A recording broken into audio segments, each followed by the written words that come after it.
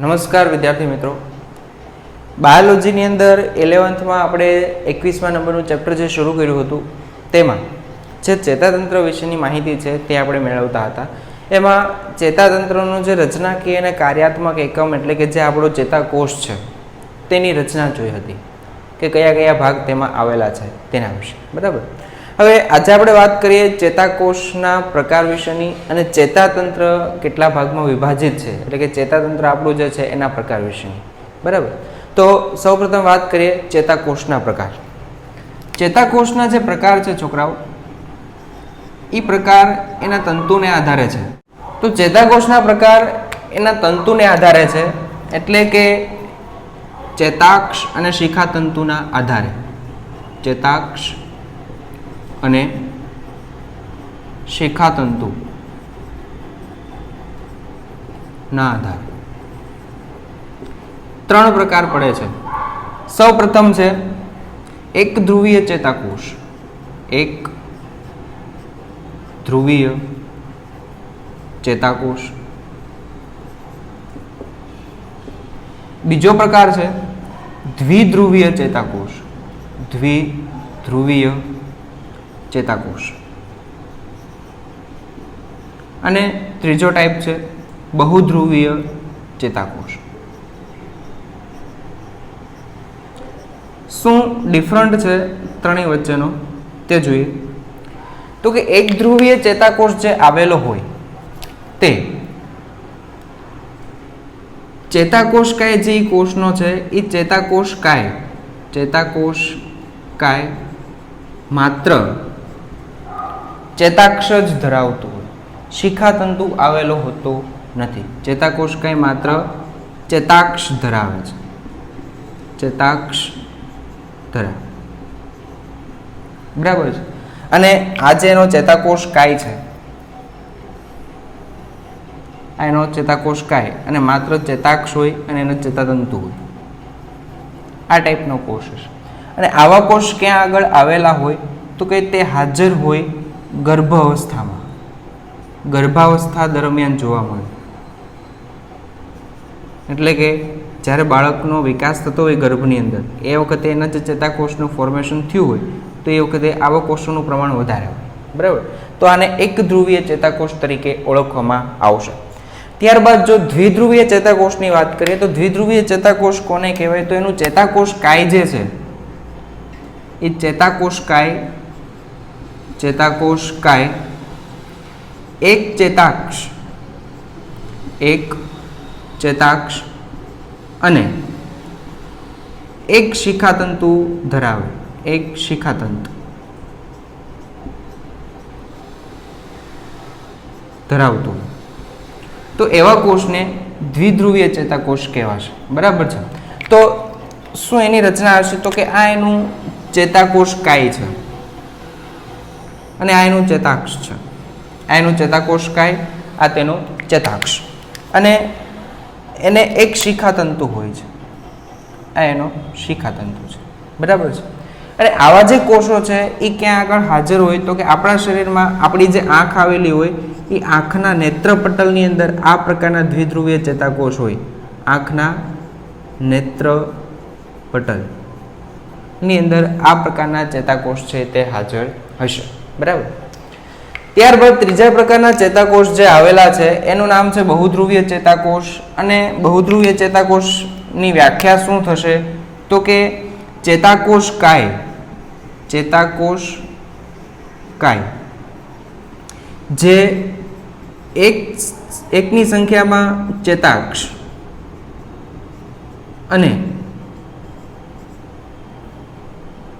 વધુ શિખાતંતુ ધરાવતું હોય, એકથી વધુ શિખાતંતુ હાજર હોય, શિખાતંતુ ધરાવે. તો એવા પ્રકારના કોષોને બહુધ્રુવીય ચેતાકોષ તરીકે ઓળખવામાં આવે. જે આપણે કાલે ચેતાકોષ ભણ્યા, રચના જે ભણ્યા હતા એ જ કોષ જે છે એ બહુધ્રુવીય ચેતાકોષ તરીકે ઓળખાય. બરાબર. એટલે કે આ ચેતાકોષ કાય છે. બરાબર. અને ચેતાકોષ કાયનો આ ચેતાક્ષ અને એનો જે ચેતાકોષ કાય છે ત્યાં આગળ ઘણી બધી સંખ્યામાં શિખાતંતુઓ હાજર છે. બરાબર છે. તો આવો જે કોષ છે એને આપણે બહુધ્રુવીય ચેતાકોષ કહીએ છીએ અને આ પ્રકારના બહુધ્રુવીય ચેતાકોષ ક્યાં આગળ આપણા શરીરમાં હાજર હશે તો કે આપણા મગજનો એક ભાગ છે જેનું નામ છે બૃહદ મસ્તિષ્ક. બૃહદ મસ્તિષ્ક. અને બૃહદ મસ્તિષ્કના બે ભાગ છે જેમાંનો એક ભાગ છે બાહ્યક. તો બૃહદ મસ્તિષ્કના બાહ્યકના જે ચેતાકોષ છે એ સામાન્ય રીતે બહુધ્રુવીય પ્રકારના ચેતાકોષ હોય છે. તો અહીં આગળ આપણે ચેતાકોષના 3 ટાઈપ જોયા. કયા 3 ટાઈપ છે તો કે ચેતાકોષ કાયને માત્ર એક જ ચેતાક્ષ હોય, ચેતાકોષ કાયને એક ચેતાક્ષ અને એક શિખાતંતુ હોય તો એને દ્વિધ્રુવીય કહેવાશે. અને ચેતાકોષ કાયને ઘણા બધા સંખ્યામાં શિખાતંતુ અને એકની સંખ્યામાં ચેતાક્ષ હોય તો એવા ચેતાકોષને બહુધ્રુવીય ચેતાકોષ કહેવાશે. તો અહીંયા આગળ તંતુને આધારે ચેતાક્ષ અને શિખાતંતુને આધારે ચેતાકોષને આપણે 3 ટાઈપ જોયા. બરાબર છે. તો ખાસ યાદ રાખજો કે આ પ્રકારના ચેતાકોષ કઈ જગ્યાએ આવેલા છે અને એ કઈ રચના ધરાવે છે. ઓકે, ત્યારબાદ આપણે વાત કરીએ ચેતાતંત્ર જે આપણું છે એ ચેતાતંત્રના પ્રકાર, કેટલા પ્રકારનું આપણું ચેતાતંત્ર આવેલું છે પ્લસ કયા ટાઈપમાં કયા પ્રકારનું કામ થાય છે તેના વિશેની માહિતી આપણે એક ચાર્ટ સ્વરૂપે સમજીએ. બરાબર. મધ્યસ્થ ચેતાતંત્ર અને પરિધ્વર્તી ચેતાતંત્ર. એમાં મધ્યસ્થ ચેતાતંત્ર જે છે, મધ્યસ્થ ચેતાતંત્ર જેને સેન્ટ્રલ નર્વસ સિસ્ટમ કહેવાય. Central nervous system. બરાબર. એટલે કે CNS, સેન્ટ્રલ નર્વસ સિસ્ટમ. જ્યારે બીજું છે પરિધ્વર્તી ચેતાતંત્ર. બીજાનું નામ છે પરિધ્વર્તી ચેતાતંત્ર. અને પરિધ્વર્તી ચેતાતંત્ર જે આવેલું હોય આપણું એને કહેવાય PNS, પેરિફેરલ નર્વસ સિસ્ટમ. શું કહેવાશે? Peripheral nervous system, PNS. હવે સેન્ટ્રલ નર્વસ સિસ્ટમ અથવા તો મધ્યસ્થ ચેતાતંત્ર છે જે આપણા ચેતાતંત્રનો મુખ્ય ભાગ છે, મુખ્ય ભાગ બનાવે છે. અને એની અંદર કોનો સમાવેશ થાય છે તો કે મગજ અને કરોડરજ્જુ જે આપણું છે, મગજ અને કરોડરજ્જુ, આપણું મગજ અને કરોડરજ્જુ નો સમાવેશ જે છે એ મધ્યસ્થ ચેતાતંત્રની અંદર થાય. એટલે કે મોટાભાગના સંદેશાઓ જે છે એ આપણા મગજ અને કરોડરજ્જુમાં પહોંચે છે અને મગજ અને કરોડરજ્જુ જ એના ડિસિઝન લેતું હોય છે. ઉદાહરણ તરીકે હું તમને કહું કે આપણે ટીવી જોતા જોતા જમતા હોઈએ તો ક્યારેય બટકું છે, નજર ટીવી સામે હોય ને કઈ દી કાનમાં ગયું, કોઈ દિવસ નાકમાં ગયું નહીં, સીધું મોઢામાં જાય તો તમારું કોન્સન્ટ્રેશન આખું ટીવીમાં છે કે તમે મૂવી જોતા હો. બરાબર છે. પરંતુ સાઈડમાં એક બીજી પ્રોસેસ ચાલે છે જમવાની. તો એ જે આખી જે પ્રોસેસ થાય છે એ મગજ અને કરોડરજ્જુ બંને વડે થાય છે. તમારું મગજ છે એ કોઈ બીજી જગ્યાએ કોન્સન્ટ્રેટ છે, કોઈ બીજી જગ્યાએ ધ્યાન આકર્ષેલું હોય છે એટલે એ બીજાના ધ્યાનમાં છે. જ્યારે કરોડરજ્જુ શું કરે છે તો કે જમવાની પ્રોસેસ તમારી પૂરી કરાવે છે.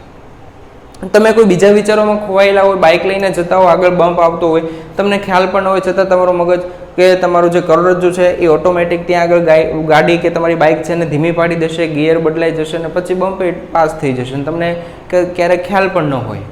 તો તમારું માઇન્ડ છે કોઈ બીજી જગ્યાએ ડાયવર્ટ છે ત્યારે એ પ્રકારના જે કાર્ય છે એ તમારું કરોડરજ્જુ કરતું હોય છે. આવા ઘણા બધા ઉદાહરણો તમે લઈ શકો કે તમારું મગજ છે એ કોઈ અન્ય જગ્યાએ કોન્સન્ટ્રેટેડ હોય, અન્ય કોઈ કામ કરતું હોય છે અને એ વખતે તમારું કરોડરજ્જુ જે છે એ અમુક પ્રકારના ડિસિઝન્સ લેતું હોય છે.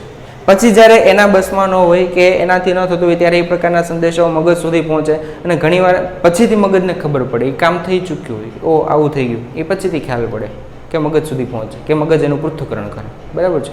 તો સેન્ટ્રલ નર્વસ સિસ્ટમ આપણા ચેતાતંત્રના મુખ્ય ભાગ છે કે જે ડિસિઝન એટલે કે નિર્ણયો જે કંઈ લેવાનું છે એ નિર્ણયાત્મક જે કંઈ પ્રક્રિયાઓ છે એ આ મગજ અને આપણું કરોડરજ્જુ છે એ કરતું હશે. મગજ. બરાબર છે. પરિધ્વર્તી ચેતાતંત્રની અંદર કોનો સમાવેશ થાય તો કે પરિધ્વર્તી ચેતાતંત્ર જે છોકરાઓ આપણું છે એની અંદર કોણ કોણ સમાવેશ પામે છે તો કે આપણું જે મગજ છે એમાંથી અમુક ચેતાઓ નીકળે. આપણું આખું ચેતાતંત્ર શેનું બનેલું છે તો કે મગજ, કરોડરજ્જુ અને ચેતાઓ. ચેતાઓ જે છે આપણા આખા બોડીમાં પ્રસરેલી હોય છે કે જે ચેતાઓ કોને કહેવાય છે તો કે ચેતાકોષો ભેગા થઈને ચેતા બનાવે. એક લાંબી દોરડા જેવી રચનાઓ છે, પાતળી પાતળી કેશિકાઓ, જે રુધિરવાહિનીની કેમ હતી, ધમની અને શિરાઓ, એવી ચેતાઓ છે. પણ એમાંથી કોઈ પદાર્થનું વહન નથી થતું, એની અંદરથી ઉર્મિવેગનું વહન થાય છે. શરીરના કોઈ પણ ભાગમાં સંવેદના ઉત્પન્ન થાય, એ સંવેદના આ ચેતાઓ ગ્રહણ કરે અને ગ્રહણ કરી મગજને કરોડરજ્જુ સુધી પહોંચાડે. તો આપણા આખા બોડીની અંદર ચેતાઓ છે એ પ્રસરેલી હોય છે. હવે ચેતાઓમાં કઈ કઈ પ્રકારની ચેતાઓ હોય તો કે ઘણી બધી ચેતાઓ છે, પણ અહીંયા મુખ્ય બે પ્રકારની ચેતાઓ, એટલે કે મગજમાંથી જે ચેતાઓ નીકળે છે તેને મસ્તિષ્ક ચેતા તરીકે ઓળખવામાં આવશે. તો આ છે મસ્તિષ્ક ચેતા.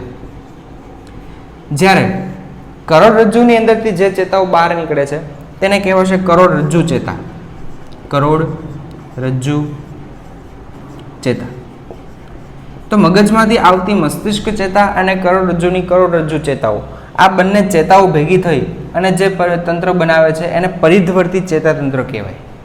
મગજ અને કરોડરજ્જુનો સમાવેશ સેન્ટ્રલ નર્વસ સિસ્ટમમાં થાય છે, પણ એમાંથી જે નીકળતી ચેતાઓ છે એ ચેતાઓ ભેગી થઈ અને પરિધવર્તી પ્રકારનું ચેતાતંત્ર બનાવે છે.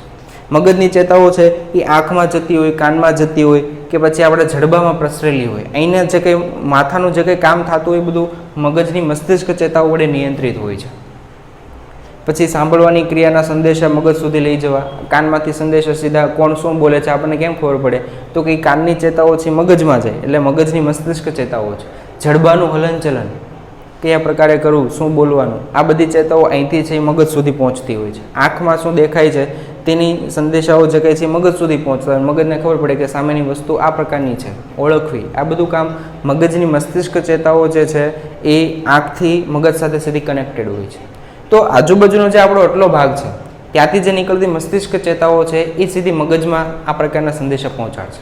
પણ આપણા શરીરના અંદરના અંગો છે, જેમ કે કિડની છે, જઠર છે, આંતરડું છે, કે પછી અંદરના હૃદયના અમુક ભાગ છે, બરાબર છે, શરીરની અંદરના અંગો, શરીરની બહારનો ભાગ, હાથ પગ કે પછી પગની આંગળીઓ, આ બધા જ જે કંઈ ભાગ છે, પીઠનો ભાગ છે, બરાબર, ત્યાંથી બધી ચેતાઓ જે છે એ આપણે કરોડરજ્જુ સાથે સંકળાયેલી હોય.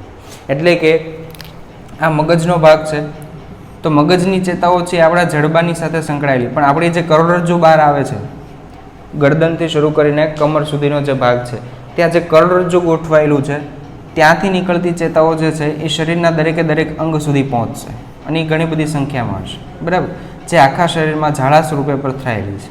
તો આ મસ્તિષ્ક ચેતા થઈ, આ બધી છે એ કરોડરજ્જુ ચેતાઓ છે.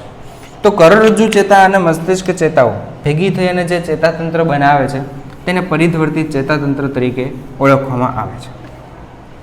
આ ચેતાઓ છે. હવે આ ચેતાઓ છોકરાઓ જે છે એ પાછી બે ટાઈપની હોય, સમજજો. કરોડરજ્જુ ચેતા અને મસ્તિષ્ક ચેતા બંનેની આપણે વાત કરીએ તો આ ચેતાઓ જે છે એ બે પ્રકારની હોય છે. કયા બે પ્રકારની છે?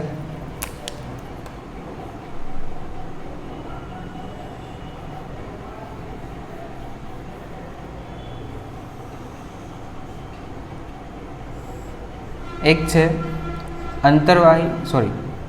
બહિર્વાહી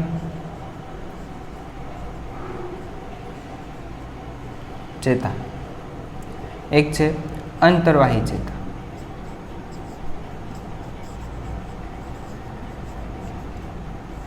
તો બહિર્વાહી ચેતા અને અંતર્વાહી ચેતા આ બે ટાઈપની ચેતાઓ હોય છે. મસ્તિષ્ક અને કરોડરજ્જુ બંનેની ચેતાઓને ભેગી કરીએ તો એના બે ટાઈપ પડે. હવે જે બહિર્વાહી ચેતાઓ છે એનું કામ શું હોય છે તો કે એનું બીજું નામ છે ચાલક ચેતા. ચાલક ચેતાઓ. અને ચાલક ચેતાનું કાર્ય શું હોય છે તો કે એનું કાર્ય છે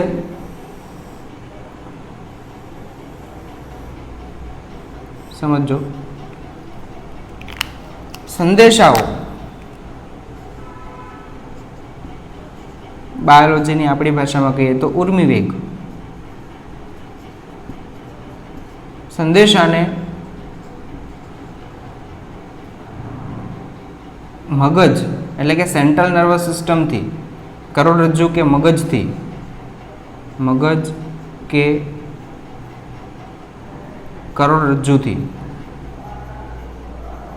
કરોડરજ્જુથી અંગ સુધી લઈ જવા, અંગ સુધી લઈ જવું, એ કામ બહિર્વાહી ચેતા અથવા તો ચાલક ચેતાનું હોય છે. શું કાર્ય છે તો કે મગજ એમ કે ભાઈ હાથ છે એને ઉપર કરો, તો સંદેશો મગજમાંથી આવ્યો, અને કાર્ય કોણે કર્યું? અંગે. તો જ્યારે સંદેશા મગજમાંથી આવતા હોય ને આપણા અંગ કામ કરતા હોય, એ મગજમાંથી અંગ સુધી સંદેશા લઈ જવાનું કામ જે ચેતા કરે ને બહિર્વાહી ચેતા અથવા તો ચાલક ચેતા કહેવાય. પણ હાથ ઉપર કંઈક વાગ્યું તો સંદેશો છે એ હાથથી ક્યાં ગયો?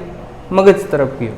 તો એ ચેતા પાછું અલગ હોય. જો કુદરતે ગયું વાયરિંગ ગોઠવું છે અંદર, બે ચેતા અલગ અલગ છે. મગજમાંથી સંદેશાઓ લાવતી ચેતા અંગ તરફની અલગ છે. હવે આપણને હાથમાં ટાંચણી વાગી તો ટાંચણીમાંથી દર્દની સંવેદના જે આપણને હાથમાં ઉત્પન્ન થઈ એ સંદેશા લઈ જતા મગજ સુધી લઈ જતી જે ચેતાઓ છે એ કયા પ્રકારની હશે? અંતર્વાહી. તો અંતર્વાહી ચેતા જે છે એનું કાર્ય શું હોય છે? તો કે અંતર્વાહી ચેતાનું કાર્ય છે સંદેશા અથવા તો ઉર્મિવેગ. અહીંયા હું હવે ખાલી સંદેશા લખું છું. સંદેશાને અંગ કે પછી પેશીથી, અંગથી મગજ કે કરોડરજ્જુ તરફ, એટલે કે સેન્ટ્રલ નર્વસ સિસ્ટમ તરફ, મગજ તરફ લઈ જવા. CNS બરાબર છે. એટલે કરોડરજ્જુ ચેતા, કરોડરજ્જુ અને મગજ બે આવી ગયું. તો આપણા અંગોમાં કંઈ પણ સંવેદના ઉત્પન્ન થઈ, કંઈક વાગ્યું હોય, કોઈક સ્પર્શ હોય, ઠંડી હોય, તાપમાન વધારે હોય, કંઈ પણ જાતની સંવેદના આપણા શરીરના કોઈ પણ અંગમાં ઉત્પન્ન થઈ, દુખાવો હોય કે કંઈ પણ બળતરા હોય, એ સંદેશાઓ અંગ તરફથી મગજ તરફ લઈ જવાનું કાર્ય જે ચેતાઓ કરે છે તે ચેતાઓને અંતર્વાહી ચેતા તરીકે ઓળખવામાં આવે છે. કઈ ચેતાઓ કહેવાશે તેને? અંતર્વાહી ચેતાઓ. અને અંગથી મગજ તરફ લઈ જવાની ચેતાઓ જે છે એ સામાન્ય રીતે ઈચ્છાવર્તી હોય છે. ઈચ્છા પ્રમાણેનું કામ કરતા અંગો હોય તેમાં જવું થાય. બરાબર છે. જેમ કે હાથ પગનું હલનચલન છે તો હાથ આપણી ઈચ્છા પ્રમાણેનું હલનચલન દર્શાવે. તો એ જે તંત્ર થયું એ આપણું ઈચ્છાવર્તી તંત્ર થયું. બરાબર. એટલે અંતર્વાહી ચેતા જે છે એ કયા પ્રકારના તંત્રમાં કામ કરે છે? તો કે આપણી ઈચ્છા વર્તી કાર્ય છે. ઈચ્છા વર્તી કાર્ય દર્શાવે છે. અંગોનું ઈચ્છા મુજબનું હલનચલન કરતું તંત્ર છે. બરાબર છે. સંદેશા કે જે મગજથી અંગ સુધી લઈ આવે છે, એટલે કે બહિર્વાહી ચેતાઓ જે છે એ બહિર્વાહી ચેતાઓ પાછી બે ટાઈપની હોય છે. એક ઐચ્છિક કાર્ય દર્શાવતી હોય, ઐચ્છિક, અને બીજું છે અનૈચ્છિક, તમારી ઈચ્છા પ્રમાણે કામ ન કરતી હોય. આવા બે ટાઈપની ચેતાઓ છે. બહિર્વાહી ચેતા જે છે એ આ બે ટાઈપની ચેતા છે. કઈ બે ટાઈપની ચેતા છે? એક તમારી ઈચ્છા પ્રમાણે કામ કરે અને એક તમારી ઈચ્છા વગર કામ કરે. તો બહિર્વાહી ચેતાના બે ટાઈપ, ઐચ્છિક અને અનૈચ્છિક. ઐચ્છિક એટલે તમારા કંકાલ તંત્ર સાથે સંકળાયેલું હોય. કંકાલ તંત્ર એટલે શું? તો કે આપણા હાથ પગના સ્નાયુ છે એને કંકાલ સ્નાયુ કહેવાય. આપણા જડબાના સ્નાયુ, ગરદનના સ્નાયુ, કમરના સ્નાયુ, આ બધા જે સ્નાયુઓ છે એ કંકાલ સ્નાયુ કહેવાય. અને એનું હલનચલન તમે તમારી ઈચ્છા મુજબનું કરી શકો. તો ઈચ્છા મુજબનું કાર્ય કરવા માટે જે ચેતાઓ છે એમાં અંતર્વાહી પણ આવે અને બહિર્વાહી પણ આવે. જે ઈચ્છાવર્તી છે, ઐચ્છિક અથવા તો ઈચ્છાવર્તી બે એક જ. બરાબર. તો એ તંત્ર જેનું બનેલું છે એમાં બહિર્વાહી ચેતા અને અંતર્વાહી ચેતા બંને આવશે, જે તમારા બોડીનું તમારી ઈચ્છા મુજબનું હલનચલન કરાવશે. બરાબર છે. તમારે પગને હલાવવો છે તો પગનું હલનચલન કરવા માટે મગજમાંથી સંદેશો આવે અને એ પ્રમાણે પગનું હલનચલન થાય. તો એ સંદેશો કોણ લઈને આવે? કાં તો બહિર્વાહી ચેતા હોય ને કાં તો અંતર્વાહી ચેતા હોય. પણ એ તો મગજમાંથી પગ તરફ લઈ આવવાનું છે એટલે એ હંમેશા બહિર્વાહી ચેતા હોય. બરાબર છે. પછી પગથી મગજ તરફ લઈ જતું હોય અને તમારી ઈચ્છા પ્રમાણેનું કામ કરતું હોય તો એ અંતર્વાહી ચેતા છે. ટુ વે કોમ્યુનિકેશન થાય. સમજાય છે? હું તમને કહું કે પગમાં કાંટો વાગ્યો તો સંવેદના કે સંદેશા ક્યાં ઉત્પન્ન થયા? પગમાં. તો પગમાંથી મગજ તરફ સંદેશો લઈ જવો પડે કે ભાઈ પગમાં દુખાવો થયો. તો મગજ સુધી લઈ જવાનું કામ કોણ કરે? અંતર્વાહી ચેતા. પછી મગજ એનાલિસિસ કરે કે ત્યાં પગ રહેવા ન દેવાય, ઉપાડી લેવાય. એટલે કાંટો વાગે એટલે આપણે પગ ઉપાડી લઈએ. તો પગ ઉપાડવા માટેના સંદેશા મગજે મોકલા. કોના વડે મોકલા? બહિર્વાહી ચેતા વડે. અને તમારા ઐચ્છિક એટલે ઈચ્છા પ્રમાણે તમે પગ ઉપાડી લીધો. તો એ જે કાર્ય થયું એ તમારી ઈચ્છા પ્રમાણેનું થયું. બરાબર છે. અને એ કોણ કરે છે? તો કે આ ચેતાઓ કરે છે. જો આપણે બહિર્વાહી ચેતામાં અનૈચ્છિક પ્રકારની ચેતાની વાત કરીએ, જે તમારી ઈચ્છા પ્રમાણે કામ નથી કરતી, એ ચેતાઓની જો વાત કરીએ તો એ સામાન્ય રીતે બે ટાઈપની હોય છે. અનૈચ્છિક જે છે એ બે ટાઈપની હોય છે. કઈ બે ટાઈપની હોય છે? તો કે એક અનુકંપી અને એક છે પરાનુકંપી. અનુકંપી તંત્ર અને પરાનુકંપી તંત્ર બે વચ્ચેનો ડિફરન્સ સમજીએ. અનુકંપી કોને કહેવાય? તો કે આપાતકાલીન પરિસ્થિતિઓ. આપાતકાલીન પરિસ્થિતિઓ એટલે કે આકસ્મિક પરિસ્થિતિ હોય અને આકસ્મિક પરિસ્થિતિમાં શરીરની પ્રક્રિયાનો વેગ વધારવો એ અનુકંપીનું કાર્ય છે. બરાબર. શરીરની આપાતકાલીન એટલે સમજો આકસ્મિક પરિસ્થિતિમાં શરીરની ક્રિયાનો વેગ વધારવો એ કાર્ય અનુકંપીનું છે. અનુકંપી ચેતા. જ્યારે આકસ્મિક પરિસ્થિતિના લીધે આકસ્મિક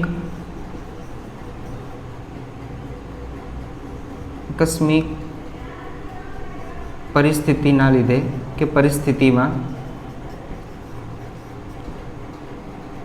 શરીરની ક્રિયાનો વેગ ઘટાડવો એ પરાનુકંપીનું કાર્ય છે. અનુકંપી અને પરાનુકંપી તમારી ઈચ્છા પ્રમાણે કામ કરતા નથી, એની ઈચ્છા પ્રમાણે કરે. જેમ કે તમે શાંતિથી બેઠા છો અને ઓચિંતાનો કોઈક મોટો અવાજ આવ્યો તો તમે ઝબકી જાઓ, તમારા હૃદયના ધબકારા વધી જાય. તો હૃદયના ધબકારાનો દર વધારવો એ આકસ્મિક પરિસ્થિતિમાં હૃદયની ક્રિયાનો વેગ વધારવો એ અનુકંપી ચેતાનું કામ છે. મગજમાંથી જ સંદેશા આવે છે. બરાબર. પણ આકસ્મિક પરિસ્થિતિ દૂર થતાં તો તમને સેફ અનુભવ થાય કે ભાઈ બેટર ફીલ થતું હોય, સારું થતું હોય, તો એવા વખતે આકસ્મિક પરિસ્થિતિ દૂર થઈ ગઈ. હવે તમારી શરીરની ક્રિયા નોર્મલ થાય છે. તો નોર્મલ સુધી લઈ આવવાનું કામ કોણ કરે? પરાનુકંપી. એટલે વેગ વધ્યો હોય તો એને ઘટાડી અને ઓછું નહીં કરવાનું. હૃદયના ધબકારા 72 પર મિનિટ હોય તો એ કંઈ 50 પર મિનિટ ન લઈ જાય. હા, એને 72 પર મિનિટ સરખા સેટ કરવાનું કામ કોણ કરે? પરાનુકંપી ચેતા. જેના સંદેશા પણ ક્યાંથી આવે છે? મગજમાંથી. તો મગજથી અંગ તરફ જ લઈ જાય છે ને. અનૈચ્છિકનું કાર્ય કોઈ દિવસ અંગથી મગજ તરફનું ન હોય, એ હંમેશા મગજથી અંગ તરફનું જ હોય. બરાબર છે. એટલે કે બહિર્વાહી ચેતા છે અને તમારી ઈચ્છા પ્રમાણેનું કામ નથી કરતી. તો કોઈ પણ આકસ્મિક પરિસ્થિતિ હોય, ઓચિંતાનું તમારી પાછળ કોઈ પ્રાણી પડ્યું હોય, જેમ કે કૂતરું પડ્યું હોય, તમે ઓચિંતાના દોડવા મળો તો હૃદયના ધબકારા વધવા, ઇન્સ્ટન્ટ કંઈક ડિસિઝન લેવા, ત્યાંથી કઈ બાજુ ભાગવું કે પછી એની સામે કેવા પ્રકારનો પ્રતિચાર આપવો, આ બધું કાર્ય કે એના નિર્ણયો તમારે તાત્કાલિક લેવાના આવે છે. અને ત્યારે જે શરીરની પ્રોસેસ વધી જાય, પ્રક્રિયાઓ વધી જાય, એના માટે અનુકંપી જવાબદાર હોય. ઘટાડવા માટે છે પરાનુકંપી જવાબદાર હોય. પાચનની ક્રિયાવિધિમાં આ બંને તંત્ર છે એ ડિફરન્ટ કામ કરે છે, એકબીજાથી ઊંધું કામ કરે છે. બરાબર છે. તો અહીંયા આગળ આપણે ચેતાતંત્રના પ્રકાર કેટલા છે અને શું શું છે એના વિશેની વાત કરી. ફરીવાર હાઇલાઇટ આપી દઉં છું, યાદ રાખજો. ચેતાતંત્રમાં મગજ અને કરોડરજ્જુ જે આપણું મધ્યસ્થ ચેતાતંત્ર બનાવે છે. પરિધ્વર્તિત ચેતાતંત્રની અંદર મગજ અને કરોડરજ્જુમાંથી નીકળતી ચેતાઓ પરિધ્વર્તિત ચેતાતંત્ર બનાવે છે. અને આ બંને ચેતાઓ બે ટાઈપની હોય છે. બહિર્વાહી ચેતા જે સંદેશા મગજથી અંગ તરફ લઈ જાય છે, અંતર્વાહી ચેતા જે સંદેશાને અંગથી મગજ તરફ લઈ જાય છે. ત્યારબાદ અંતર્વાહી ચેતાઓ હંમેશા આપણી ઈચ્છા પ્રમાણેનું કામ દર્શાવતી હોય છે. બરાબર છે. બહિર્વાહી ચેતા ઐચ્છિક પ્રકારની અને અનૈચ્છિક પ્રકારની બંને પ્રકારની હોય છે.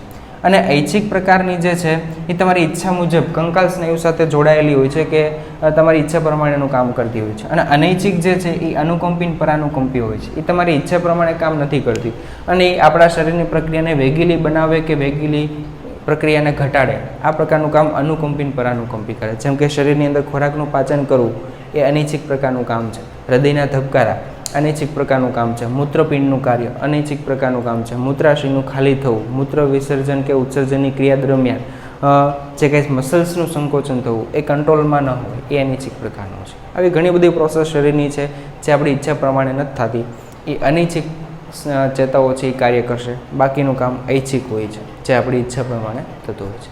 તો આ જે આખો ચાર્ટ છે એ તમારી સામે ચેતાતંત્રનો આપેલો છે. તમારે આ ચાર્ટ ટેક્સ્ટબુકમાં લગભગ નહીં હોય તો આછો પાતળો હશે. તમારે ટેક્સ્ટબુકમાંથી કે આમાંથી આ ચાર્ટ જે બોર્ડ ઉપર છે એ તમારે બુકમાં લખી અને વ્યવસ્થિત પાકો કરવાનો રહેશે.